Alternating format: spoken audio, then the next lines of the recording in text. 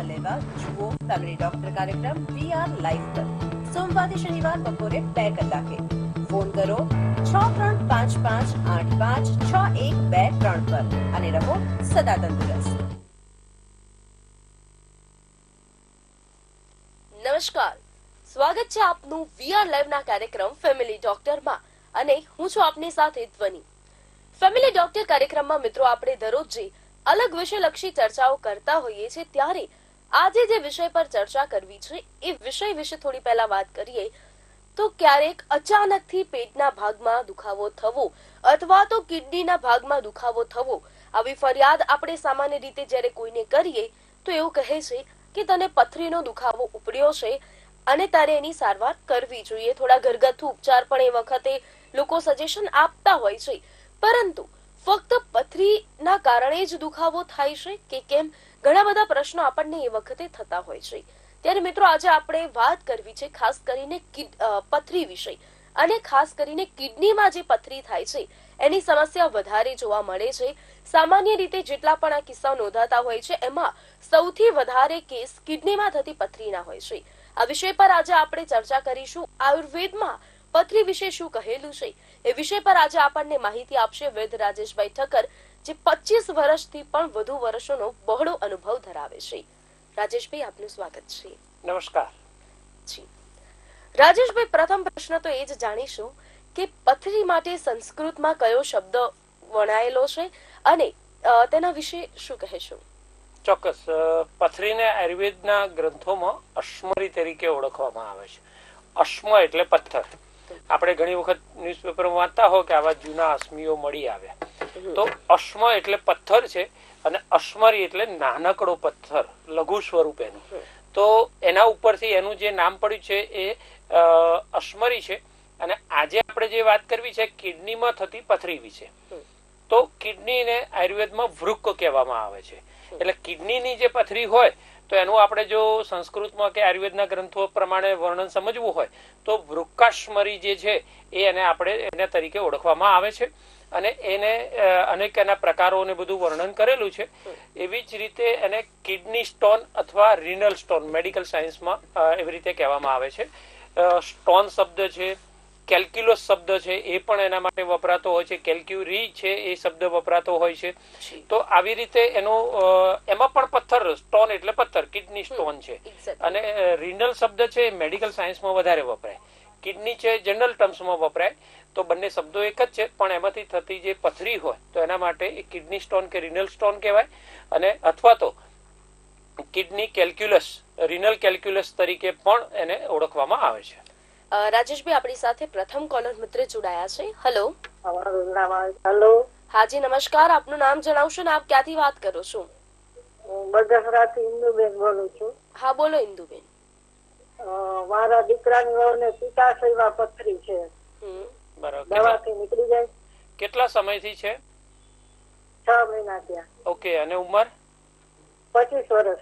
25 વર્ષ. અને કેટલી સાઈઝ છે કઈ ખબર છે? ના, એ નથી ખબર. હા, કેમ કે કેવું હોય એક અથવા વધારે દવા કરાવી. હા, હવે આમાં જુઓ, બે વસ્તુ છે, પિત્તાશયની પથરી અને કિડનીની પથરી, બેમાં અંતર છે. કેટલા MM ની છે અને કેટલી સંખ્યામાં છે એના ઉપર એનો આધારિત હોય. એટલે જે સોનોગ્રાફીની જે તપાસ થઈ હોય એ જાણવી બહુ જરૂરી છે. એનું કારણ શું હોય કે કિડનીમાં જે પથરી હોય ને તો એને ભૂકો કરી રજકણોને છૂટા પાડી અને એને મૂત્ર માર્ગેથી બહાર કાઢી શકાય છે.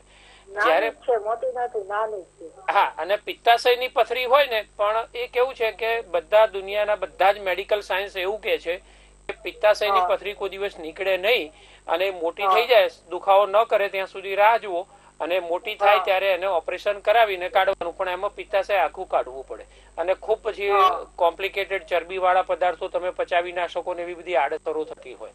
એટલે મારી દ્રષ્ટિએ છે પિત્તાશયની પથરીના મેં અનેક એવા કેસ જોયા છે. એમાં જોયું છે કે પિત્તાશયની પથરી ઓગાળવાની હોય, એને બહાર નથી કાઢવાની, એને ઓગાળી અને પ્રવાહી સ્વરૂપમાં પિત્તને લાવવાનું, પાછું લાવવાનું હોય છે. તો હું બે સૂચવું છું. એમને અત્યારે થાય કે બહુ ગેસ થાય એવું બધું બને છે? બરાબર છે. પહેલા વધારે તકલીફ થતી હતી? બરાબર છે. તો હું બે વસ્તુ જણાવું છું, એ તમે નોંધ કરી લેશો. ફોન કપાય છે, ટીવી ઉપર અવાજ સાંભળો તો. હા, એમને આપણે જવાબ આપીએ છીએ. એમને 2 પ્રકારની ગોળી લેવાની છે.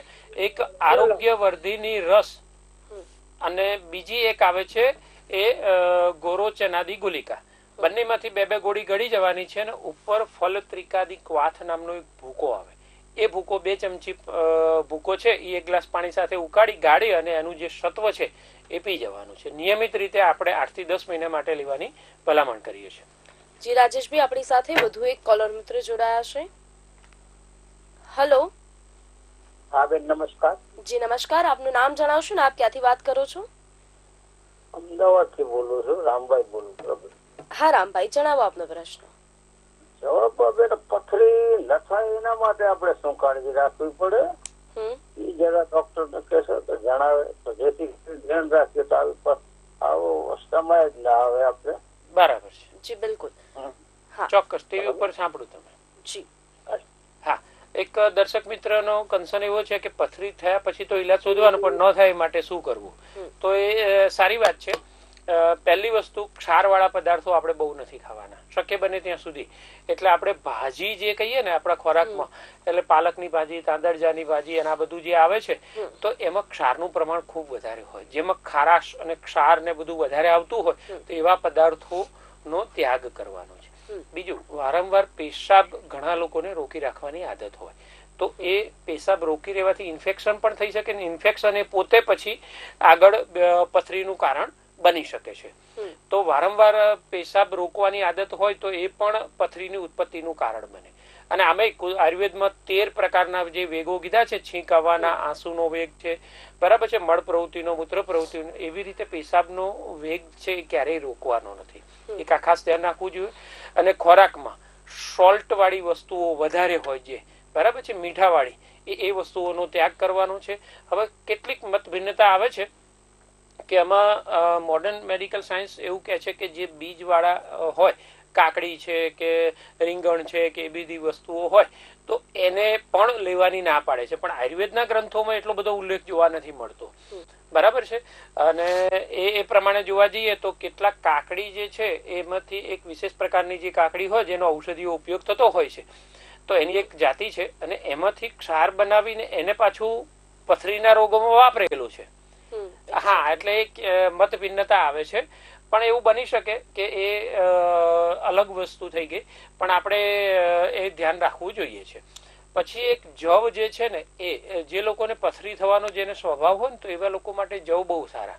એટલે જવ અને ઘઉંની રોટલી મિક્સ કરીને જો ખાવામાં આવે તો નાના નાના પાયે જે પથરીના રજકણો ભેગા થતા હોય એને ન થવા દે.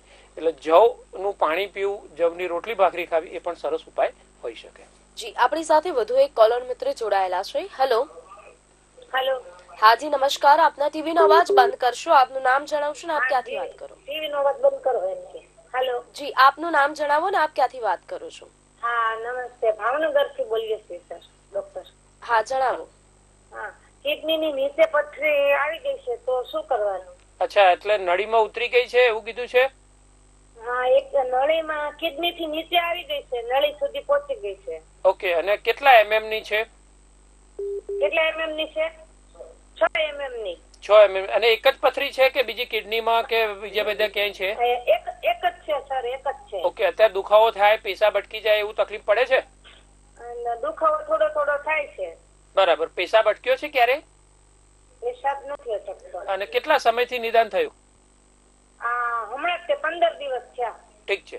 હવે જો 2 વસ્તુ છે, એ નળી જે છે એના કરતા થોડીક મોટી કહેવાય, બરાબર છે. એટલે 6 mm હોય અને પેશાબ રોકાય તો ઇમરજન્સીમાં તમારે નજીકના કોઈ પણ દવાખાનામાં તમારે જવું પડે, બરાબર છે.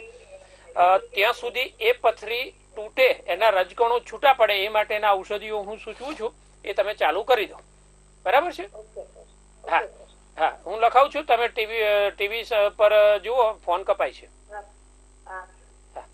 એમને આપણે 2 પ્રકારના ઔષધિઓ સૂચવીએ છીએ. એક છે ગોક્ષુરાદી ગુગળ છે અને બીજું એક આવે છે અશ્મરી હર ક્વાથ. એનો 2 ચમચી ભૂકો ઉકાળી ગાળી અને પીવાનો છે.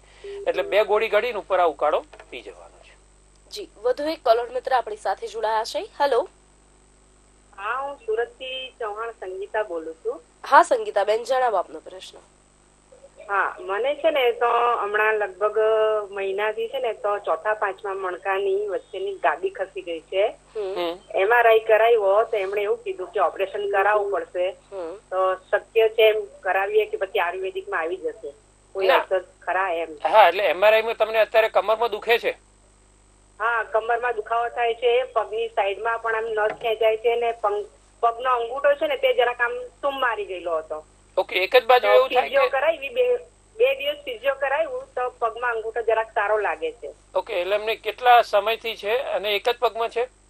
હા, જમણા પગમાં. ઓકે, કેટલા સમયથી તકલીફ છે? એ આ લગભગ 20-25 દિવસથી છે. Okay okay okay.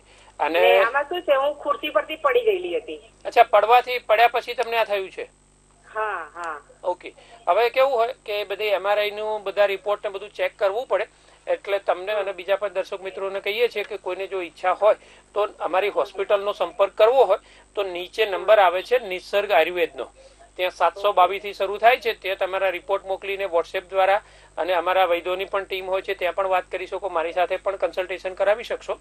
અને મુખ્ય વસ્તુ એ છે કે કેટલી ગાદીમાં ઘસારો થયો છે, ક્યાં તૂટફૂટ થઈ છે, કોઈ નુકસાન થયું છે તો એ જાણવું પણ જરૂરી હોય છે. પણ તમે જે કીધું એ પ્રમાણે વાગવાને કારણે થયું છે તો હું 2 ઔષધો સૂચવું છું. એટલે એ વાગ્યું ને તેમાં ગાડી સાઈડ પરથી ફાટીને બહાર નીકળી ગઈ છે. ઓકે, હા, એટલે એ બલ્જિંગ થયું છે, ડિસ્ક બલ્જિંગ થયું હશે. બરાબર છે. હા, તો હું તમને ઔષધો સૂચવું છું. તમે ત્યાં ટીવી પર અવાજ સાંભળો, ફોન અહીંથી કપાય છે. અને જો વ્યક્તિગત કન્સલ્ટેશન કરાવવું હોય તો પણ કરાવી શકશો. એમને આપણે ઔષધો સૂચવીએ છીએ. પણ વાગવાને કારણે આ તકલીફ થઈ છે તો આભાદી ગુગળની 2 ગોળી લેવાની છે અને વાત ગજાંકુશ રસની 2 ગોળી લેવાની. બંનેમાંથી 2 ગોળી નવશેકા ગરમ પાણી સાથે ગળવાની છે અને નિયમિત રીતે લગભગ આપણે 2-1 મહિના સુધી લેવાની ભલામણ કરીએ છીએ. જી રાજેશભાઈ, જ્યારે આપણે આજે પથરી વિશે વાત કરી રહ્યા છે તો એ જાણવું છે, વધુ એક કોલર મિત્ર આપણી સાથે જોડાયા છે. હેલો. હેલો. હાજી નમસ્કાર, આપનું નામ જણાવશો ને આપ ક્યાંથી વાત કરો છો? હા, હું ચંદ્રિકાબેન બોલું છું અમદાવાદથી. મારા બાબાને 2-3 વર્ષ પહેલા દુખાવો ઉપડ્યો તો અમે ઇન્જેક્શન અપાવ્યું તો સારું થઈ ગયું. અને અત્યારે પરિવાર પણ વાસી ઉત્તરાયણ દિવસે 2 વખત દુખવા ચડ્યું હતું તો સોનોગ્રાફી કરાવી તો કે પથરી છે. બરાબર. તમને પહેલા ખ્યાલ નતો જયારે દુખાવો ઉપડ્યો ત્યારે કે પથરી? પહેલા નથી ખ્યાલ. બરાબર છે. અને જમણી બાજુ કે ડાબી બાજુ દુખે? જમણી બાજુ. ઓકે, અને પેઢુના ભાગે દુખે છે કે અહીંયા સાઈડમાં, પેટના સાઈડના ભાગમાં? પેટમાં. ઓકે, સાઈડના ભાગે દુખે છે. હા.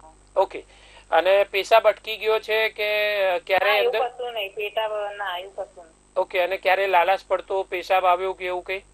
ના, એવું કઈ નહીં. કેવડી પથરી છે કઈ તમને ખ્યાલ છે? ના, એવી કઈ ખબર નહીં. અથવા એક છે કે એનાથી વધારે છે? ના, વધારે છે એવું કીધું ડોક્ટરે. ઓકે, અને મોટામાં મોટી સાઈઝ બહુ મોટી છે એવું કીધું છે કે? ના, એવું કઈ નહીં કીધું.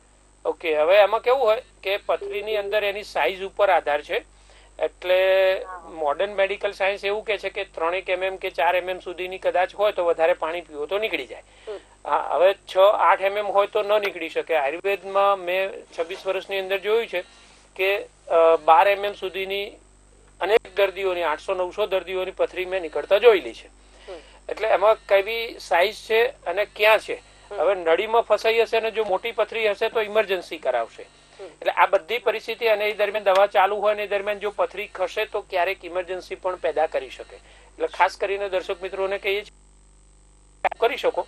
વધારે તકલીફ હોય તો નજીકની કોઈ પણ આયુર્વેદ હોસ્પિટલ કે એલોપેથીની કે કોઈ પણ બીજી સરકારી કે પ્રાઇવેટ એનો તમારે સંપર્ક કરવો જોઈએ. અમારા ત્યાં પણ તમારે જો બતાવવા માટે આવવું હોય તો આવી શકો છો, રૂબરૂ આવી શકાય અને ફોનથી પણ કન્સલ્ટિંગ કરી શકાય.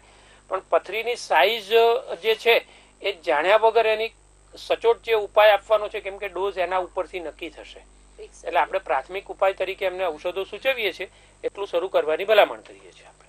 જી રાજેશભાઈ. હા, એમને અસ્મરી કંડન રસ અને ગોક્ષુર આદિ ગુગળ બંનેમાંથી 2 ગોળી લેવાની ભલામણ કરીએ છીએ. ફરીથી નામ બોલું છું, આયુર્વેદના નામ બહુ અઘરા હોય છે. અસ્મરી કંડન રસ એની 2 ગોળી લેવાની છે અને સાથે ગોક્ષુર આદિ ગુગળ છે એની પણ 2 ગોળી લેવાની છે. નિયમિત રીતે બાળકને આપવાની છે. જી બિલકુલ, આપણી સાથે વધુ એક કોલર મિત્ર અને આપણા નિયમિત કોલર મિત્ર જોડાયા છે. નમસ્કાર કમળાબા, સ્વાગત છે આપનું. જણાવો આપનો પ્રશ્ન. મેડમ, અમારા ડોક્ટર સાહેબે જે પથરીની લીવરમાં જે પથરીની દવા સાહેબે કીધી એ અમારે લખતા જરા વાર લાગી ગઈ છે, તો ફરીને ડોક્ટર સાહેબ ને કોને ફરીને નામ બોલે ગોળીઓના, એટલા માટે ફોન કર્યો. હા, હવે તમને પણ અને દર્શક મિત્રોને પણ કહીએ છીએ, આપણે ત્યાં પદ્ધતિ એવી છે કે અહીંથી ફોન કપાય એટલે તમારે ટીવી નો અવાજ વધારવાનો હોય છે.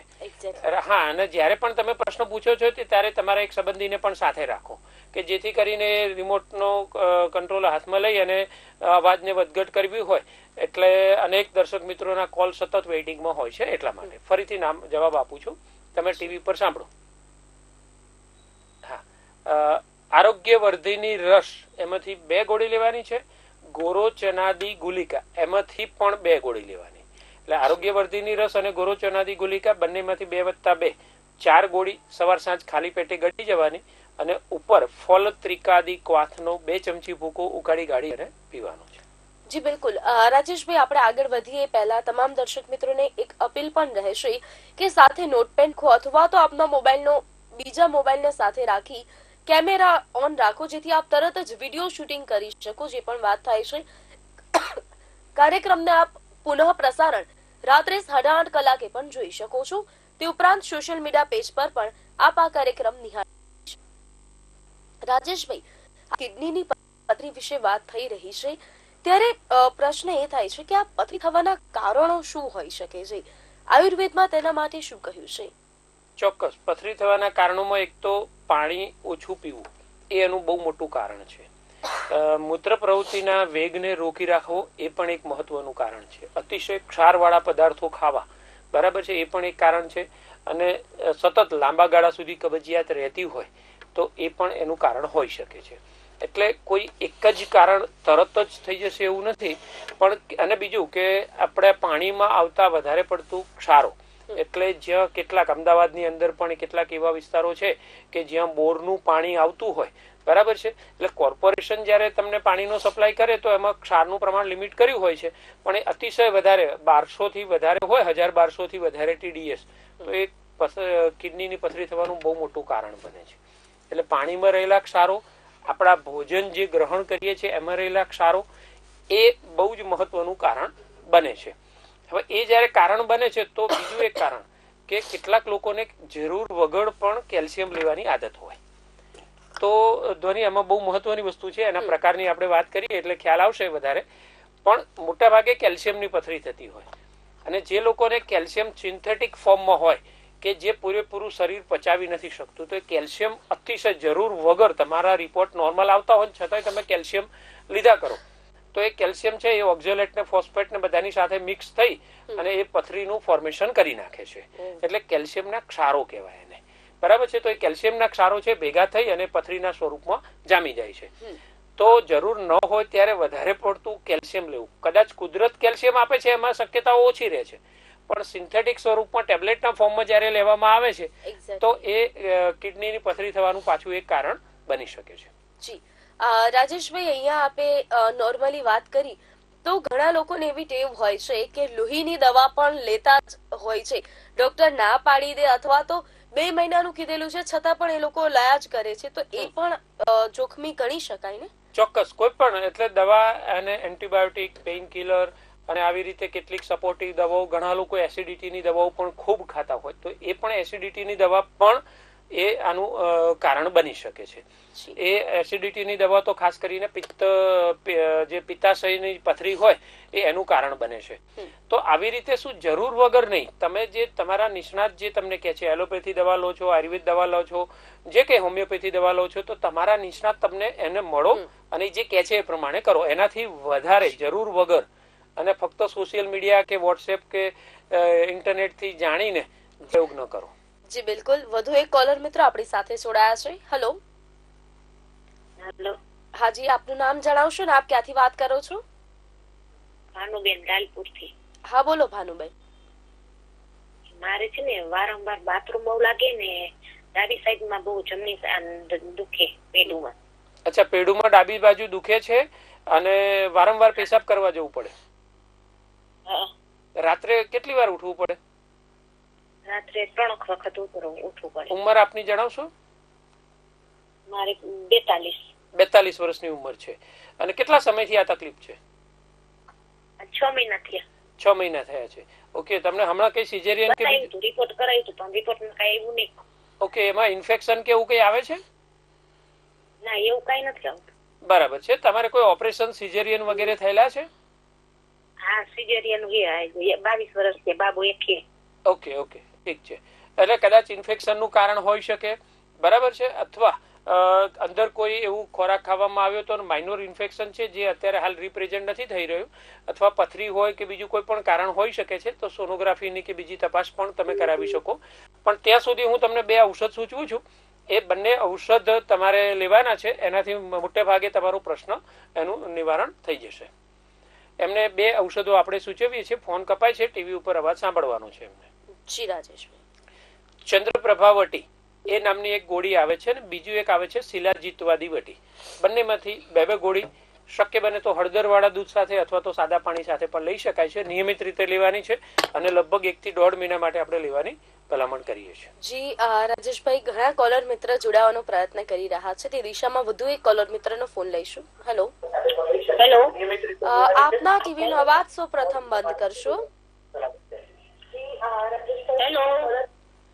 તમામ કોલર મિત્રને વિનંતી રહેશે કે જ્યારે પણ તેઓ ફોન કરે ત્યારે અવશ્યથી પોતાના ટીવીનો અવાજ બંધ રાખે, જેથી અમે આપની વાત સ્પષ્ટપણે સાંભળી શકીએ. રાજેશભાઈ, આપે કારણો વિશે તો અમને માહિતી આપી, પરંતુ હવે ઉત્સુકતા એ વાતની છે કે આ પથરી જ્યારે થાય છે તો એ શરીરના કયા કયા અંગમાં થઈ શકે છે? તે ફક્ત શું કિડનીમાં જ થાય છે? અને એ જ્યારે પણ થાય ત્યારે અસહ્ય દુખાવો થવો એ એક જ એનું લક્ષણ હોય કે અન્ય લક્ષણો પણ હોય? ચોક્કસ. આમાં 2 પ્રશ્નો ધ્વનિ તે પૂછ્યા છે. પહેલી વાત એ છે કે, અને બહુ સરસ, દર્શક મિત્રોને આમાંથી ખૂબ સરસ માહિતી મળી શકે અને પોતાને જે કઈ તકલીફ હોય તો એ લોકોને જાણકારી મળી શકે. પથરી છે એ ફક્ત કિડનીમાં થાય એવું ન હોય.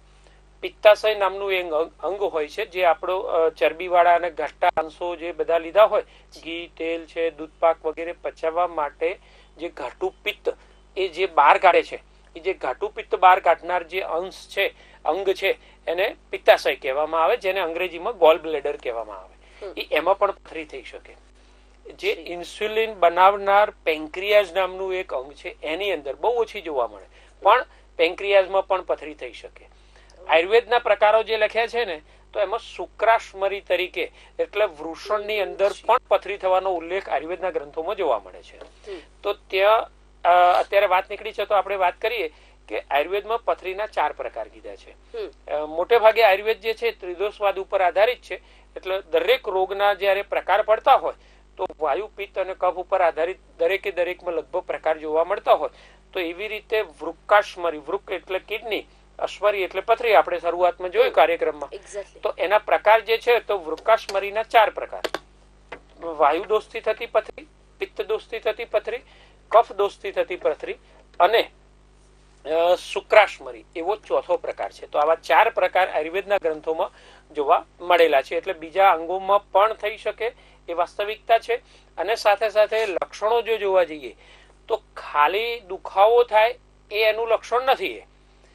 પેશાબ લાલાશ પડતો થવો, ક્યારેક અતિશય વધારે પડતો એકદમ મોટી પથરી હોય, 6-7 mm થી મોટી હોય અને અચાનક જ પ્રવાસ કરતા હતા, બહુ જ બધો ઢોળાવવાળો પર્વતીય જગ્યા હતી ને ત્યાં તમે પ્રવાસ કર્યો, અથવા પાણી ખૂબ ઓછું પીધું અથવા વધારે પડતું પાણી પીધું અને પથરી પોતાના સ્થાનથી ખસી અને બહાર નીકળવાની શરૂઆત કરે, તો એ સમયે ઘસાય જો મૂત્રમાર્ગમાં ક્યાંય અને થાય તો એ વધારે પ્રમાણમાં લોહી પણ પાડી શકે. જબરજસ્ત દુખાવો, ઇમરજન્સી, કોઈ દુખાવાની ગોળીથી કંટ્રોલ ના થાય એટલો પણ એ દુખાવો પેદા કરી શકે, કેમ કે અવરોધ પામી રહી છે, અટકી રહી છે, સરળતાથી બહાર નથી નીકળી રહી. તો આ બધા લક્ષણો પેદા કરી શકે. હવે દુખાવો ક્યાં થાય એ પણ એક પેટા પ્રશ્નો છે કે બંને બાજુ આપણે જે પેટ છે અને સાઈડનો જે ભાગ હોય, બરાબર, એ ત્યાં બંને બાજુ આપણે જે કહીએ છીએ તો એ ત્યાં પથરી છે. બંને પેટની નીચેના ભાગ ત્યાં કિડની છે. તો કિડનીમાં પથરી હશે, પછી કિડનીમાંથી મૂત્ર ગળાઈ અને ધીમે ધીમે નીચે પડે, એટલે 2 મૂત્ર નલિકાઓ આવે છે. એ મૂત્ર નલિકાઓ ભેગી થઈ અને નીચે પેશાબની કોથળીમાં એનો સંગ્રહ થાય, એટલે જેને બ્લેડર કહેવામાં આવે. બરાબર છે. મૂત્રાશય શબ્દ છે, પેલું ગવિની શબ્દ છે. તો એ ગવિની એટલે ઋષિમુનિઓને પણ આ બધી રચનાનો અને બધું ડિટેલ ખબર હતી. તો બંને કિડનીમાં પથરી થઈ શકે, એમાંથી નીચે નળી જયારે નીકળતી હોય અને એમાંથી પેશાબ ગળાઈ નીકળતો હોય તો ત્યાં અટકી જાય એવું પણ બની શકે. તો તમે નાભીની આજુબાજુમાં દુખાવો થાય, ડાબી બાજુ અથવા જમણી બાજુ, નીચે કોથળીમાં જતું રહ્યું છે તો એક્ઝેક્ટ નાભીની નીચે તમને જબરજસ્ત ભાર લાગે, પથરો અટકે, પેશાબ અટકી ગયો હોય એવી અનુભૂતિ થાય, તો પેશાબની કોથળીમાં પથરી હોય એવા લક્ષણો હોઈ શકે છે. અને અચાનક પેશાબના માર્ગમાં પુરુષ હોય કે સ્ત્રી હોય, કોથળીથી આગળ થઈ અને પથરી બહાર નીકળવાની કોશિશ કરતી હોય તો એ જે મૂત્ર માર્ગ જે છે એ એમાં અવરોધ થઈ જાય, બે ધારમાં પેશાબ થાય, અચાનક લાલાશ પડતો પેશાબ થાય અને અતિશય તીવ્ર દુખાવો થાય, બરાબર, તો એ પેશાબના માર્ગમાં હોય અને બહાર નીકળવાની તૈયારી છે. આવા પણ લક્ષણો જોવા મળી શકે. જી, વધુ એક કોલર મિત્ર આપણી સાથે જોડાયેલા છે. હેલો, હાજી નમસ્કાર, આપનું નામ જણાવશો ને ક્યાંથી વાત કરો છો? હું સુરત થી બોલું છું, મિસિસ પ્રેરણા. હા બોલો પ્રેરણાબેન. મારે છે ને 12મી ઓક્ટોબરે પડી જવાથી 20મી ઓક્ટોબરે જમણા પગના સાથળના હાડકામાં ફ્રેક્ચર થયેલું છે. એનું ઓપરેશન મેં કરાયેલું છે, પણ હજુ જમણો પગ મારો ચાલવામાં તકલીફ કરે છે. કમરથી વળીને કામ કરું છું તો દુખાવો થાય છે. ઓપરેશન મારા પગમાં પગ ઉછળવા માટે મારે વળવું હોય કે ઊંચો પગ કરવો હોય તો તકલીફ પડે છે. સુવામાં ડાબા પડકે સુઈ જવાય અને સીધા થવું હોય તો પણ મારે. તમારું ફરીથી એક્સરે થયો છે? હા, એક્સરે વારંવાર કરાયા છે મેં. ઓકે, ફરીથી મારો પ્રશ્ન સાંભળી લો. સાંભળો, તમે ફરીથી જયારે એક્સરે થયો છે તો એ હાડકું સંધાઈ ગયું છે ફ્રેક્ચર વાળું કે નથી સંધાયું? એમાં તો એવું આવ્યું હતું, એટલે મારે હમણાં 1 મહિના પછી જે કરવાનું હતું ને એ મેં ઠંડીના હિસાબે હું નથી ગઈ જાન્યુઆરીમાં. હવે આ ફેબ્રુઆરીના એન્ડમાં કે માર્ચમાં હું કરાવીશ, પણ જે લાસ્ટમાં જે કરાવ્યું છે ત્યાં સુધી તો એક્સરે સારું કે છે. ઓકે, એટલે પૂરેપૂરું મને તકલીફ, મારે એ જાણવું છે કે ડોક્ટરે દુખાવો થાય છે. હા, દુખાવો થાય છે તો કદાચ એવું બની શકે કે અનયુનાઇટેડ ફ્રેક્ચર એટલે પૂરેપૂરું ન સંધાયેલું ફ્રેક્ચર હોય તો આવી તકલીફ થઈ શકે છે. તો શક્ય બને તો હું નીચે એક નંબર આવે છે નિસર્ગ આયુર્વેદનો 722-797-5241, એવો ને એવો બીજો નંબર 5242 પણ છે. તો ત્યાં તમે હોસ્પિટલ નંબર ઉપર સંપર્ક કરી શકો, વોટ્સએપ કરી શકો, કન્સલ્ટિંગ કરાવી શકો છો. ઓનલાઈન ઘરે બેઠા પણ કન્સલ્ટિંગ કરો અને ઘરે બેઠા કુરિયર દ્વારા દવાઓ પણ મંગાવી શકાય. તો સંપર્ક કરી શકાય છે. ઘણી બધી વખત રિપોર્ટ જાણવા, ડિટેલમાં જવું અને ખૂબ સાચી માહિતી પકડવી એ અઘરું હોય છે. તો અહીંયા ટીવી ઉપર આપણે સમયનો અભાવ હોય ને અનેક દર્શક મિત્રોના કોલ આવતા હોય, તો હું અત્યારે 2 ઔષધો સૂચવું છું. તમે ટીવી ઉપર અવાજ સાંભળો, અહીંથી ફોન કપાય છે તમારો. જી રાજેશભાઈ. હા, એમને આપણે 2 ઔષધો સૂચવીએ છીએ. એક આભાદી ગુગળ અને બીજું એક છે લાક્ષાદી ગુગળ. બંનેમાંથી 2 ગોળી નવશેકા ગરમ પાણી સાથે લેવાની ભલામણ કરીએ છીએ. તો જે પૂરેપૂરું ન સંધાયેલું હાડકું છે એ ત્યાં હાડકાની અંદરનો માવો જે છે એમાં રસ જરાવી અને બંને હાડકાને ઝડપથી જોડી આપે એવી રીતે એ કાર્ય કરશે. જી રાજેશભાઈ, એક અંતિમ પ્રશ્ન, અને આવતા એપિસોડમાં આપણે જે ચર્ચા કરવાના છે એની હિન્ટ દર્શક મિત્રોને પહોંચાડી દઈએ. પથરી ગમે તેટલી મોટી હોય, જો યોગ્ય દવા, યોગ્ય સારવાર કરવામાં આવે તો એ પથરીના ઓપરેશનથી શું બચી શકાય છે ખરી? ચોક્કસ બચી શકાય. મેં મારી લાઈફમાં 26 વર્ષમાં હમણાં જ મેં જણાવ્યું કે 800 થી વધારે દર્દીઓને 12 mm સુધીની પથરી નીકાળેલી છે. સામાન્ય રીતે જે કહીએ કે લિથોટ્રિપ્સી નામની જે સારવાર થતી હોય ને એ કદાચ 10 mm થી મોટી પથરી હોય તો કાઢી પણ ના શકે. હવે કયા પ્રકારની પથરી છે એ એના ઉપર આધાર છે. તો એક છેલ્લો આપણે આ જવાબ આપી દઉં છું. એલોપેથી એટલે મોડર્ન મેડિકલ સાયન્સમાં પથરીના 4 પ્રકાર છે. જેવી રીતે આયુર્વેદમાં આપણે જોયું કે વાયુ, પિત્ત અને કફ દોષથી થતી પથરી ને શુક્રાશમરી, એવી રીતે કેલ્શિયમની પથરી થાય છે અને એમાં પણ 2 ભાગ હોય, કેલ્શિયમ ઓક્ઝેલેટ અને કેલ્શિયમ ફોસ્ફેટ છે. એવી રીતે યુરિક એસિડની પથરી થતી હોય. મોટે ભાગે કેલ્શિયમની અને યુરિક એસિડની પથરી જોવા મળતી હોય. અને બીજું જે છે એ સ્ટુઅર્ટની પથરી છે અને સિસ્ટીનની પથરી છે. બહુ જ ઓછી જોવા મળે, 2%. 80% દર્દીઓને કેલ્શિયમ ઓક્ઝેલેટ અને કેલ્શિયમ ફોસ્ફેટની પથરી હોય છે. હવે એ લગભગ આપણે ઔષધોથી નીકાળી શકીએ અને 12-13 mm સુધીની હોય તો પણ એ ઔષધ દ્વારા એને આપણે નીકાળી શકીએ છીએ. કેવી રીતે નીકળે, કયા ઔષધો કામ કરે, તો આપણે આવતા બુધવારના એપિસોડમાં ચર્ચા કરીશું. જી બિલકુલ. રાજેશભાઈ, આજે આપ અમારી સાથે જોડાયા અને સૌ દર્શક મિત્રોને ખૂબ ઉપયોગપૂર્ણ માહિતી પૂરી પાડી એ બદલ આપનો ખૂબ ખૂબ આભાર. જય ધન્વંતરી, જય આયુર્વેદ. તો દર્શક મિત્રો, આજના કાર્યક્રમમાં આપણે જાણ્યું કે પથરી એટલે શું, પથરી થવાના કારણો શું હોઈ શકે છે અને સાથે જ તેના લક્ષણો શું હોઈ શકે છે. આવતા બુધવારે અવશ્ય ફરી આ જ સમયે મળીશું અને માહિતી મેળવીશું કે પથરી જ્યારે થઈ હોય, નાની હોય, તો કયો એવો ઘરગથ્થુ ઇલાજ છે જેનાથી આપણે તેને કાઢી શકીએ છીએ સરળતાથી અને તે મોટી નથી થતી. કાર્યક્રમનું પુનઃ પ્રસારણ રાત્રે 8:30 કલાકે આપ જોઈ શકો છો. તે ઉપરાંત વીઆર લાઈવના યુટ્યુબ પેજ અને ફેસબુક પેજ પર પણ આપ આ કાર્યક્રમ નિહાળી શકો છો. કાર્યક્રમ અંગે ફીડબેક આપ કમેન્ટ સેક્શનમાં આપી શકો છો.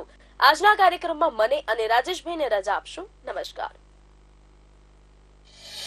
શું તમે સદા તંદુરસ્ત રહેવા માંગો છો? તો હવે તમારી તંદુરસ્તી એ અમારી જવાબદારી. તમારા પોતાના ફેમિલી ડોક્ટર પાસેથી સચોટ સલાહ લેવા જુઓ ફેમિલી ડોક્ટર કાર્યક્રમ વીઆર લાઈવ પર સોમવારથી શનિવાર બપોરે 2 કલાકે. ફોન કરો 6355856123 પર અને રહો સદા તંદુરસ્ત.